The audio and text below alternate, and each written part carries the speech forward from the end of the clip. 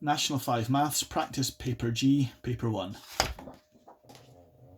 So in the first question, we've got to divide a couple of fractions here, and the second fraction is a mixed number.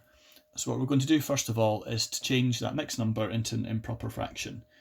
So what we can say that is 2/5 divided by, so 1 whole is 10/10, so it's 10/10 and 1/10 is 11/10. Now, when you're dividing fractions, the easiest thing to do is just to flip the second fraction and to change it into multiply.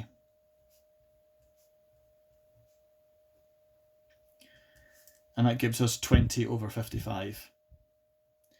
Now, those are both in the 5 times table, so dividing them both by 5, and we get 4/11. In question 2, we have to factorise. When you're factorising, look for a common factor, difference of two squares, or is it a trinomial that can be factorised? Well, here we've got a common factor first.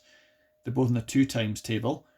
So we can have 2 brackets m squared minus 9. Now that's not as finished, because m squared minus 9 is the difference of two squares. We've got the minus, we've got a squared term, we've got a squared term.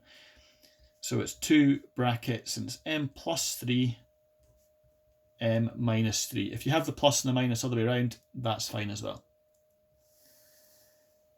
Now in number 3, it's telling us what f of x is equal to, and we've got to evaluate f of -3. So the -3 is in the bracket, so what that means is everywhere there's an x, you're just going to change it into a -3.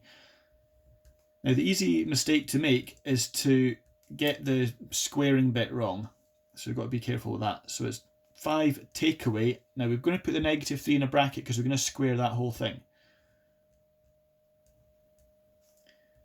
So it's 5 subtract a -3 times -3, that's squaring it, is +9. So 5 take away 9, and that comes to -4.